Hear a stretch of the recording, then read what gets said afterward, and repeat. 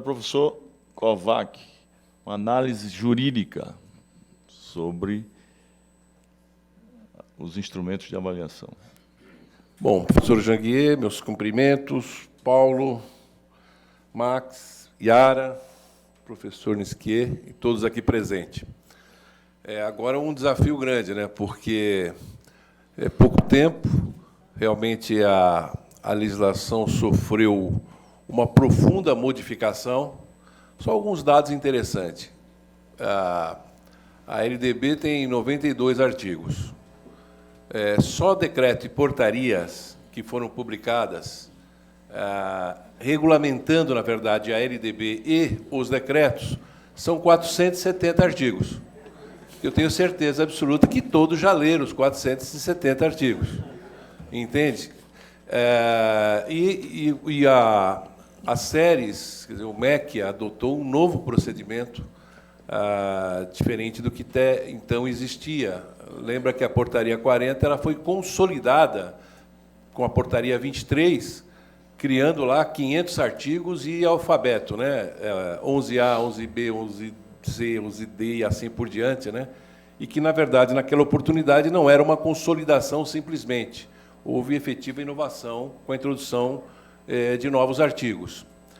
Da mesma forma que agora, aparentemente, parece que se revogou tudo, e, de fato, não se revogou tudo, porque tem aquilo que se fala no direito, quase que uma repristinação, ou seja, alguns artigos eles foram incorporados no novo decreto, no decreto 9235, até, inclusive, o decreto último, né, o 8754, de 10 de maio, que a Dilma publicou.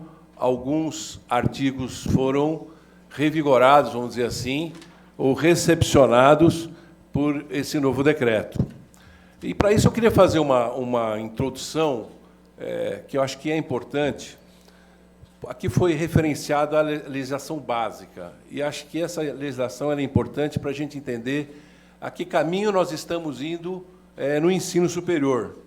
Lembrando também que, como no Brasil até o passado é incerto, nós temos mais um ano de governo e não sabemos o que vai acontecer o ano que vem. Ou seja, com certeza absoluta, em dezembro do ano que vem, vai ter novas mudanças, novas alterações. E uma das grandes vantagens que eu vejo nessa alteração é que, pelo menos, o centro legislativo não foi alterado. Ou seja, o artigo 207 da Constituição está aí, ainda que eu questione a universidade exclusivamente com a indissociabilidade do ensino, pesquisa e extensão. E, para quem estava em 88 discutindo a Constituição, sabe que não foi fácil, porque o 207 era exclusivamente para a universidade pública, a privada nem estava. Foi uma discussão muito grande para inserir. Então, já foi uma grande vantagem ter inserido isso, mas nós não temos, por exemplo, uma universidade de ensino. Então, o tripé ele permanece. E, mais ainda, o decreto 9235, ao contrário dos anteriores, agora é claro que a permanência da organização administrativa depende do preenchimento dos critérios. Ou seja, tem que manter os 4 mestrados, tem que ter os dois doutorados, tem que ter pesquisa institucionalizada e assim por diante. Ou seja, se a universidade não cumprir, ela pode voltar a ser um centro universitário. Centro não cumprindo vai ser faculdade, acho que faculdade vira colégio, né? Pode ser que seja isso. Tá. Entende? Então, ou seja, tem muita coisa ainda pela frente. E me parece que uma coisa importante, quando se fala na LDB, o artigo 9º, inciso 9º, ele fala de um tripé, que é o tripé da avaliação, da regulação e da supervisão. Dois temas sempre foram muito bem tratados, inicialmente, que era a avaliação e a regulação, que, no fundo, são os atos autorizativos. A supervisão veio no momento em que a SERES passou a ser dirigida, e, antes disso, a consultora jurídica da Lari, em que ela colocou a supervisão como um dos tripés que até então não existia. O que traz o decreto de novidade agora é a figura do monitoramento. A portaria 22, é importante que se leiam essa portaria, a fim de que verifiquem os conceitos de cada um deles. E esse monitoramento ele vem com uma figura nova, com a certificação do SEBAS, pela portaria número 15, que regulamentou, mas que foi introduzida também inicialmente no IAD e agora, recentemente, no Decreto 9235.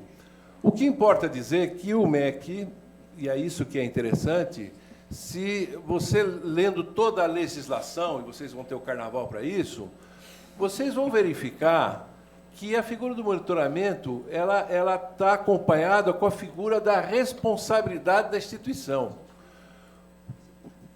Quando se possibilitou a criação de polos em função dos conceitos institucionais sem avaliação in loco, em seguida veio a figura do monitoramento. Porque o polo, eu diria que não é simplesmente um direito, ele inicialmente é uma expectativa de direito. Por quê? Porque para a criação do polo, além dos conceitos institucionais, tem que ter toda a estrutura necessária, mais ainda, publicar essa estrutura e comprometer na sua efetividade, né? E hoje nós temos pelo menos mais de 2.000 fiscais do ensino superior. Por que mais de 2.000? É a concorrência. Esse é o fato. Então, ou seja, à medida em que torna-se público as condições, a figura do monitoramento ela vem não para fazer, que é diferente da supervisão, é para verificar se a instituição está fazendo aquilo que ela se comprometeu, aquilo que ela se prometeu e, ainda mais, aquilo que ela publicou. Há um dado interessante. O Decreto 9235 traz um capítulo próprio que está vinculado a consumidor. Ou seja, o Código do Consumidor e, mais ainda, os órgãos de defesa do consumidor também terão a condição de fazer representação junto às instituições, junto ao MEC para as instituições. O que significa dizer que, embora exista uma flexibilidade, haverá também um controle maior e tem instrumentos maiores de controle por parte do Ministério da Educação.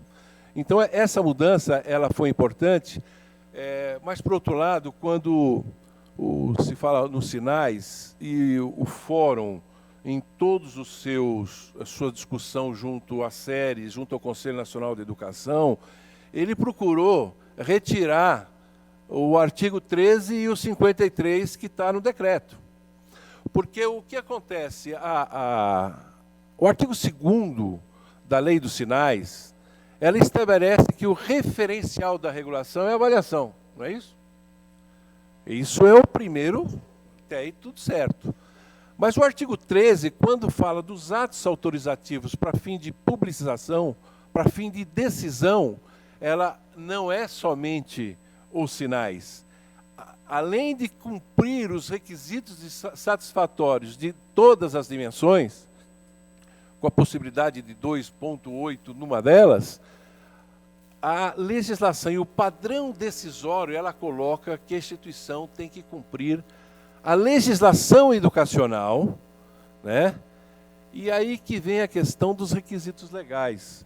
Aqueles 18 requisitos legais que estavam no instrumento de avaliação, eles foram retirados. Mas eles foram reintroduzidos também nas portarias, e além das portarias, do padrão decisório, define o quando a SERES poderá ou não, inclusive, não autorizar um curso, dependendo, por exemplo, de não ter infraestrutura adequada. É um dos requisitos. Não ter acessibilidade. Com referência até à questão da sustentabilidade financeira, que está previsto no artigo 7º da LDB, em termos de capacidade de autofinanciamento, e vem a Lei dos Sinais e fala em sustentabilidade financeira no artigo 2º, ela foi inteligente na medida em que não tinha avaliador para avaliar a sustentabilidade financeira das instituições de ensino. Isso não era possível, não tinha gente. Quem vai ficar com a responsabilidade disso é a instituição que vai fazer a declaração, por intermédio dos profissionais competentes, que a instituição tem as condições no seu projeto de demonstrar que ela vai continuar ou vai poder ofertar o curso de acordo com a própria legislação.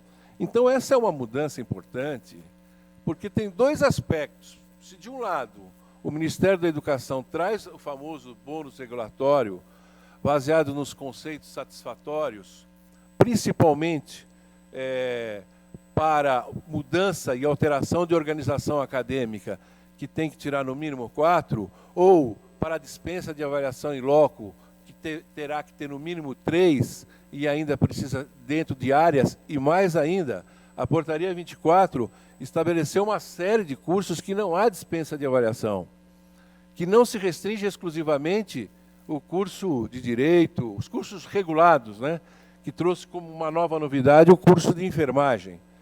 É bom registrar e lembrar que o secretário, quando aqui esteve, ele sempre colocou que, na realidade, a intenção era que ficasse simplesmente o curso de Direito e o curso de Medicina. Posteriormente, os demais cursos foram incluídos, né, Psicologia, Odontologia, e veio a novidade da enfermagem, que até então não existia.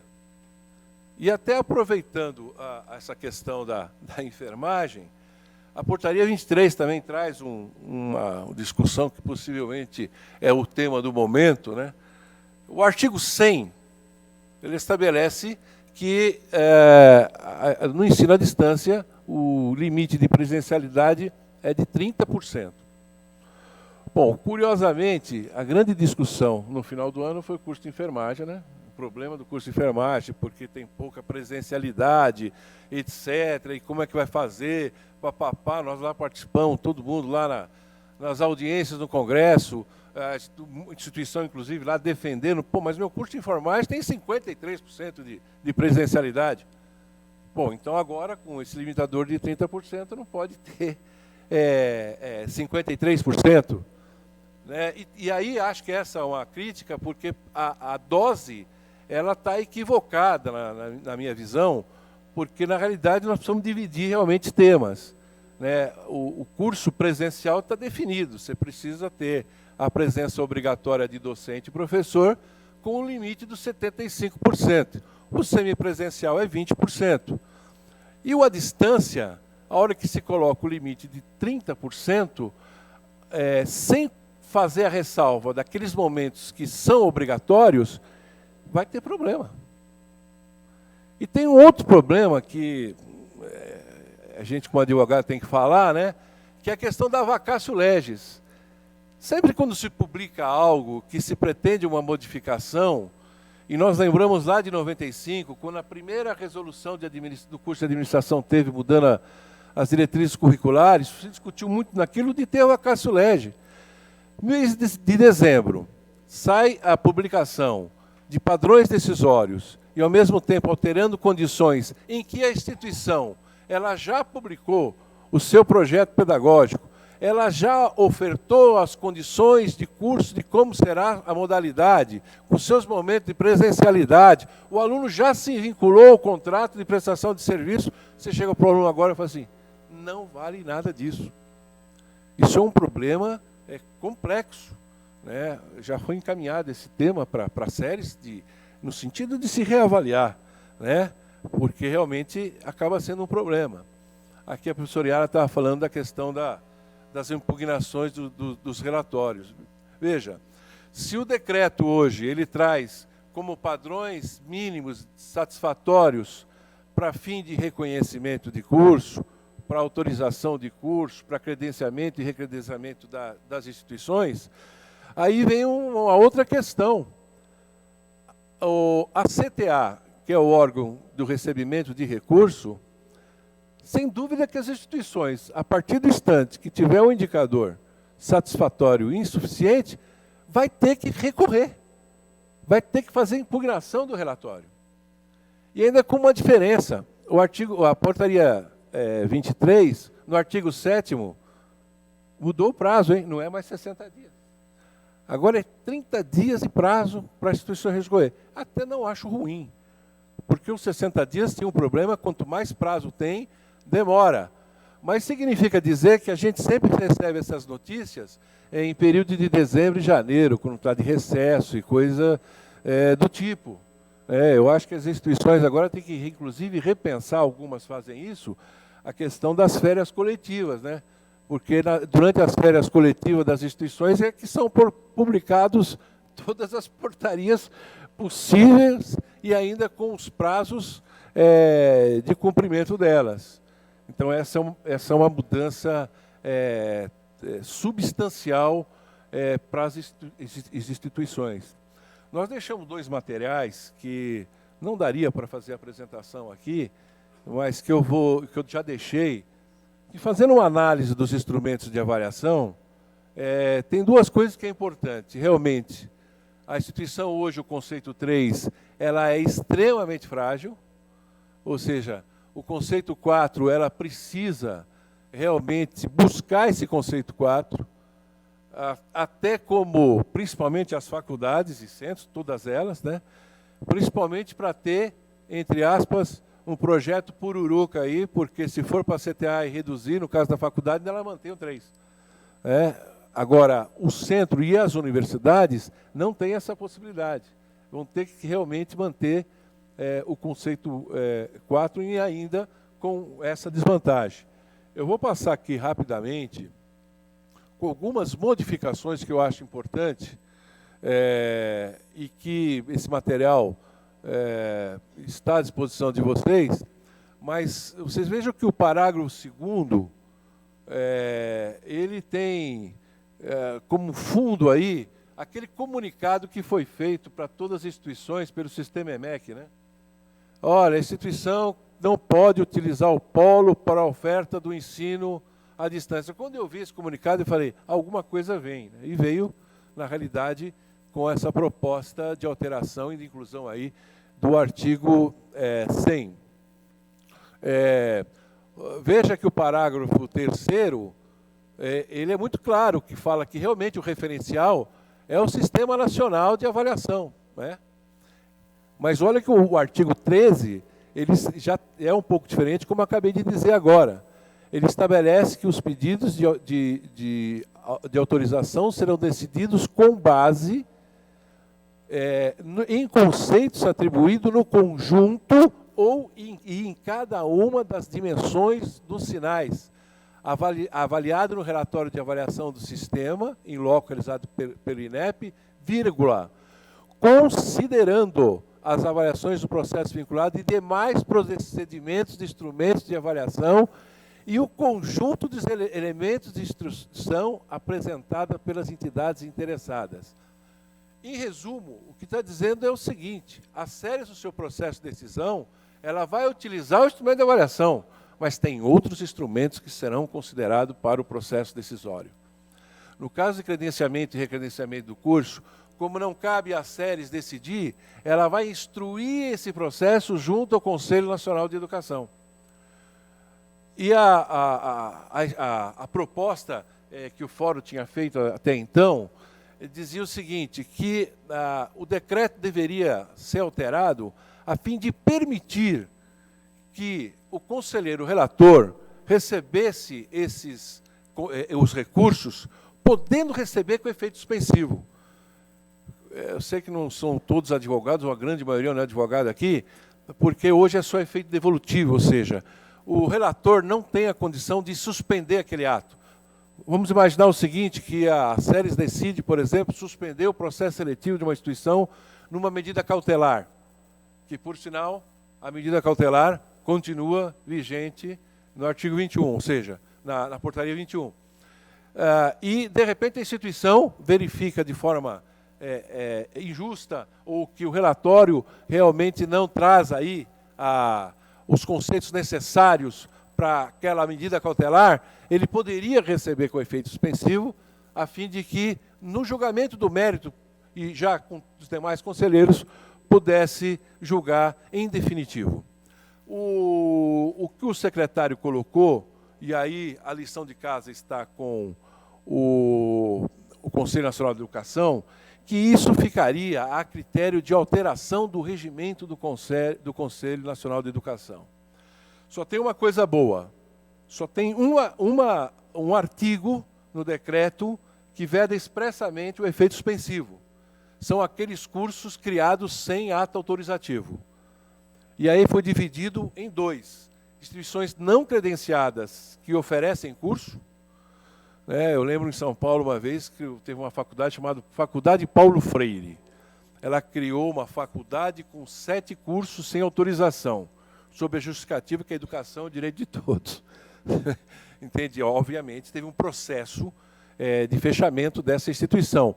Mas também tem das instituições que têm credenciamento, mas que, e aí já teve muita tendência de desespero de instituições, em que tem avaliação satisfatória e tudo, e não sai a publicação.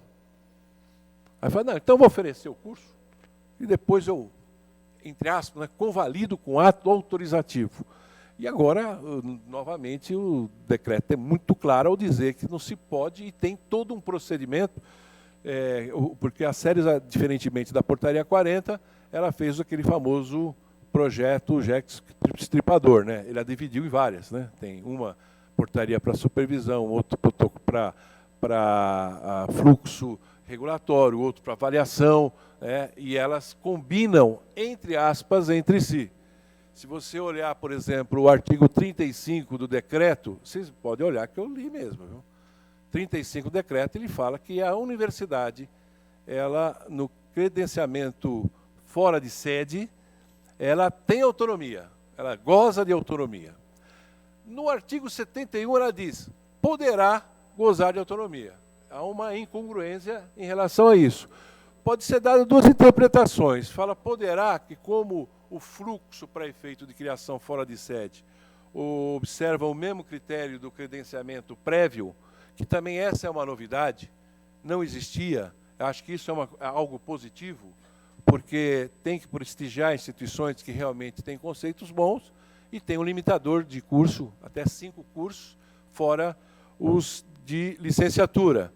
Acontece que uma universidade hoje, ela já poderá ter cumprido esse requisito, considerando ela tendo um campus fora de sede, já tendo avaliação satisfatória, tendo conceito 4, tendo 4 programas de mestrado, tendo 2 doutorados e ainda cumprindo o regime integral e a quantidade de mestres e doutores. Ou seja, essa seria uma condição para isso, né?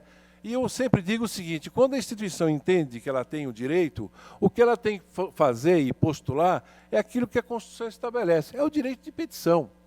Tem que entrar com pedido, ainda que não tenha formulário aberto, acontece muito disso, às vezes não tem funcionalidade, né? Aconteceu isso também com os polos de AD inicialmente, mas ela não pode se permitir, diante da ineficiência do Estado, não exercer o seu pedido.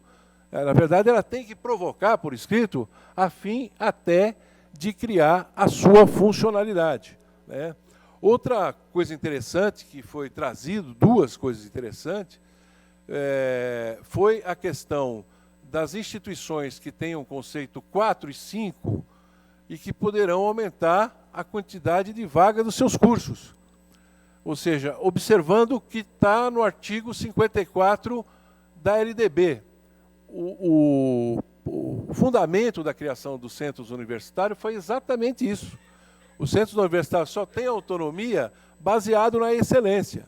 Da mesma forma que as faculdades, com conceito 5 e com programa de mestrado, vão poder diplomar e registrar os seus alunos, que também, me parece que são poucas instituições, né? Eu creio que em São Paulo, eu não vou citar o nome, mas para não ficar chato, mas acho que tem 2, Rio de Janeiro tem uma, e ainda tem, na Bahia, uma faculdade lá de medicina que tem 5 programas de mestrado e doutorado. São pouquíssimas. Mas, até registrando que, na realidade, a proposta do fórum era que todas as instituições que já tivessem recredenciada pudessem registrar os seus diplomas.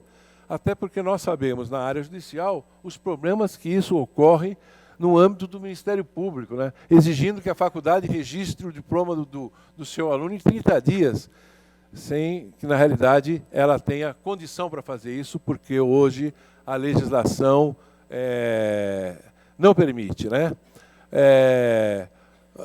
Aqui foi colocado, né, a possibilidade da simplificação de aumento de vagas, e já tem um padrão decisório nesse sentido.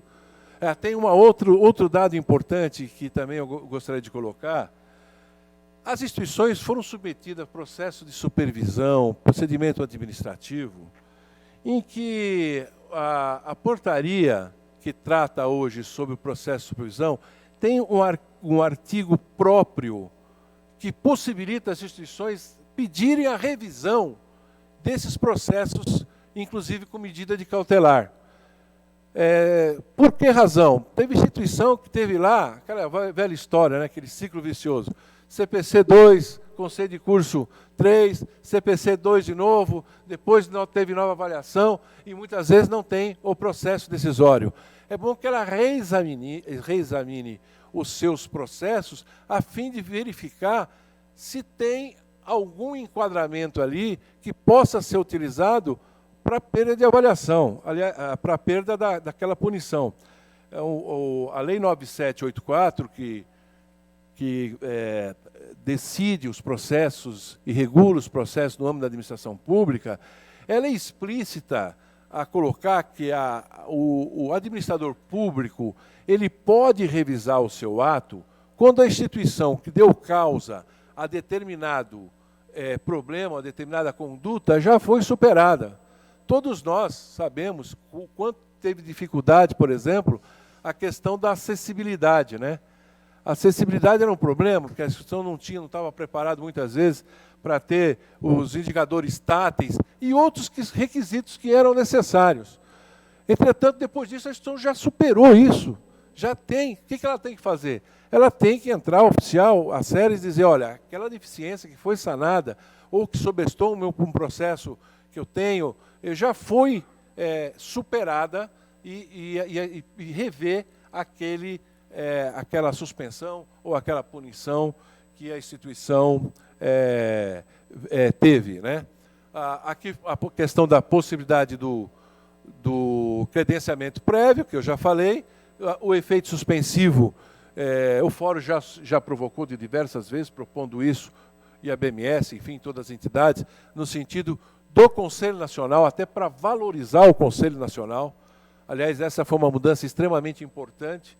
Eu acho que toda essa estrutura que teve de alteração da regulação, ela foi importante no sentido de que Conselho, INEP, SERES, trabalhasse mais em conjunto, o que não acontecia há muito tempo, né? Tem aqui a questão da autonomia da expedição de diplomas, que eu já coloquei. A universidade e os centros vão poder criar, fora de sede, né, unidades, entretanto, entretanto, quem vai poder realmente manter a autonomia é somente a universidade, mas já é, de certa forma, também um avanço. Uma série de processos que eram complicados, né, e realmente agora tornam-se simplificados, e é importante até para efeito de políticas públicas, né, porque, por exemplo, a unificação de mantença, quando ela demora para ocorrer, do ponto de vista comercial, ela já teve todo o seu processo, e ainda do ponto de vista regulatório acabou não acontecendo.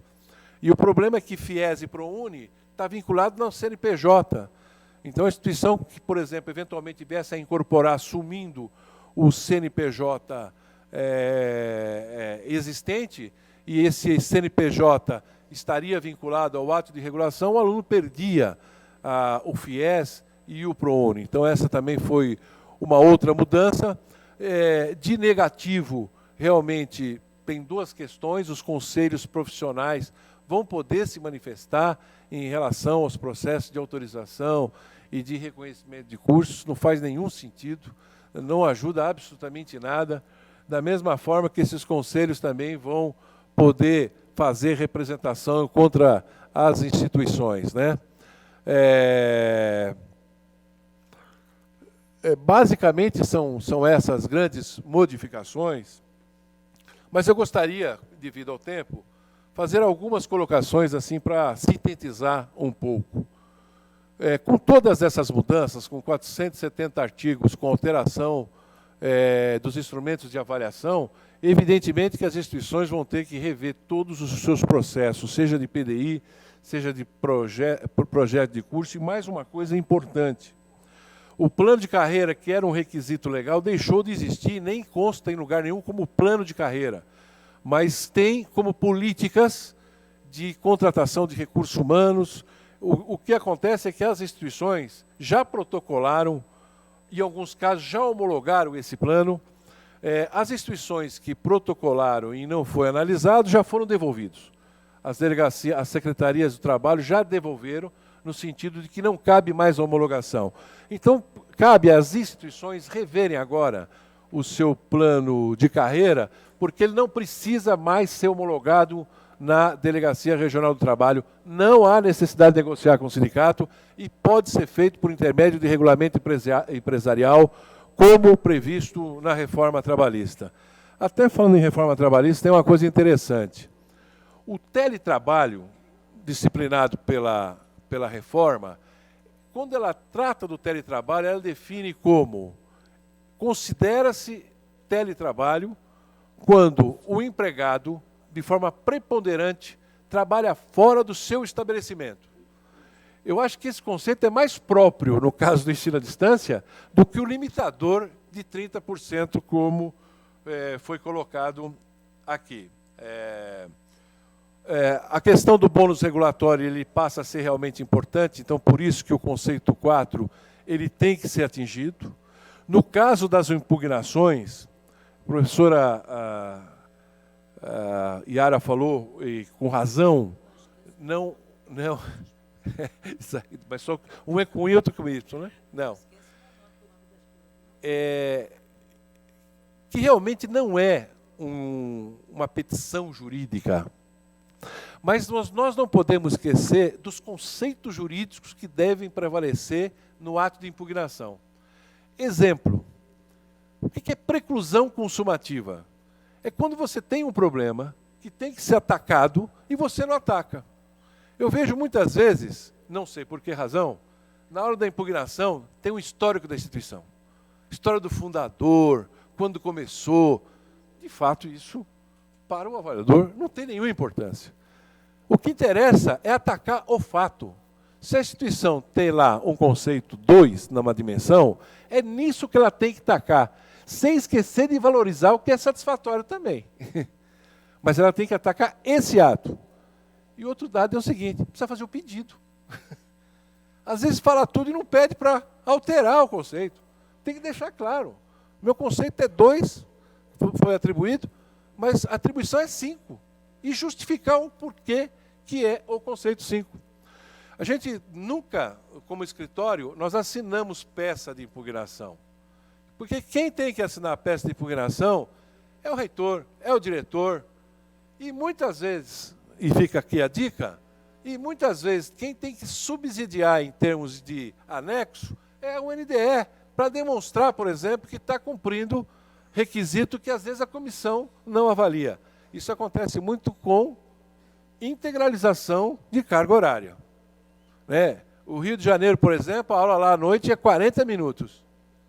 Ou seja, não é 1 hora. E aí eles pegam lá o projeto da instituição e dizem assim: não, vocês estão com deficiência, não cumpre a carga horária, porque considera carga horária ao conceito antigo como grade curricular, e não como matriz curricular. Mas a escola também tem que deixar claro o que é matriz curricular, para efeito de integralização de curso, que não se restringe, nem pode se restringir, à aula. Aliás, a palavra inovação, ela, nos instrumentos, veio com muita força. Eu acho que o grande aprendizagem que as escolas poderão fazer agora é que nós trabalhamos para o MEC durante muito tempo. Agora nós podemos trabalhar para o aluno. Ficava cumprindo formulários, documentos de forma burocrática, etc. Eu ainda faço uma crítica, porque eu acho que teria que voltar ao passado, e quem sabe a Marilena, que instituiu isso, possa voltar, onde o relatório de avaliação era apresentado para a instituição. Era a oportunidade do avaliador, inclusive, corrigir os erros que tinha. Às vezes ele não via coisas óbvias, né? Depois acabou isso porque dizia que os avaliadores estavam quase sendo sequestrados por algumas instituições. E se isso de fato existiu, pune a instituição que estava fazendo isso. O que não pode punir é a possibilidade de ter uma relação dialógica aqui, como disse a professora Yara, né? O curso de medicina, ele permanece ainda com mais médico, né? Ou seja, não tem alteração nisso, né? Ontem nós tivemos uma novidade, né? De novo a OAB pedindo para suspender durante 10 anos, logo é OAB local. Talvez, se fizer isso, depois vai ter o programa Mais Advogados, né? Aí podemos trazer advogados de fora e tal. Quer dizer, isso é uma coisa realmente absurda, né? Até porque fere o artigo 209 da Constituição, é o direito de autorizar, né?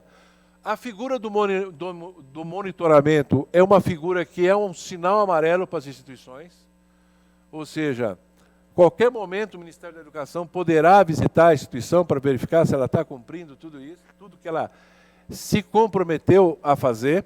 E vocês já assistiram as palestras do Sartori algumas vezes. Quando ele fala em ato de decisão e regulação, ele tem um slide que ele só fala de Ministério Público. Já perceberam isso?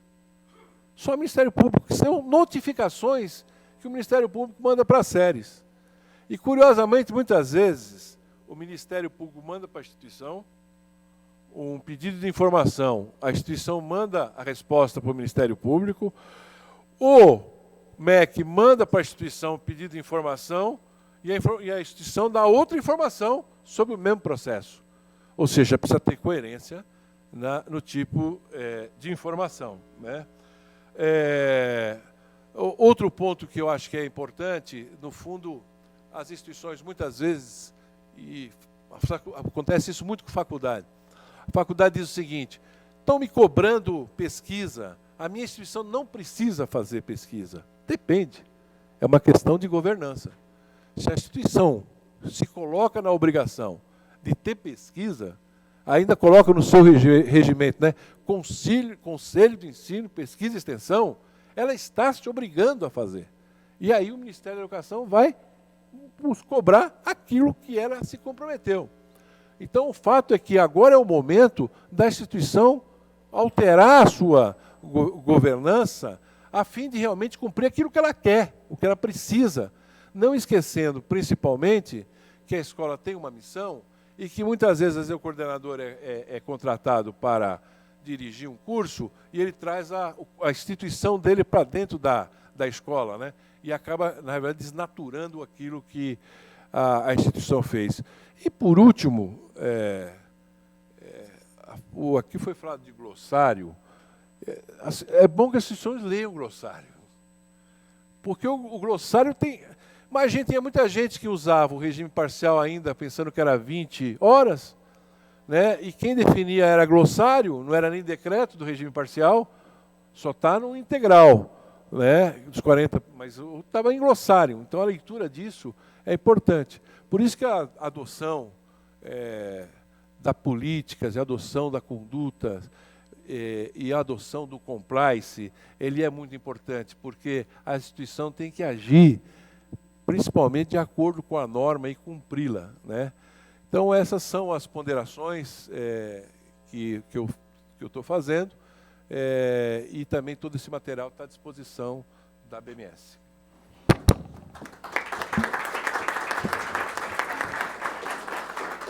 Excelente, Kovac.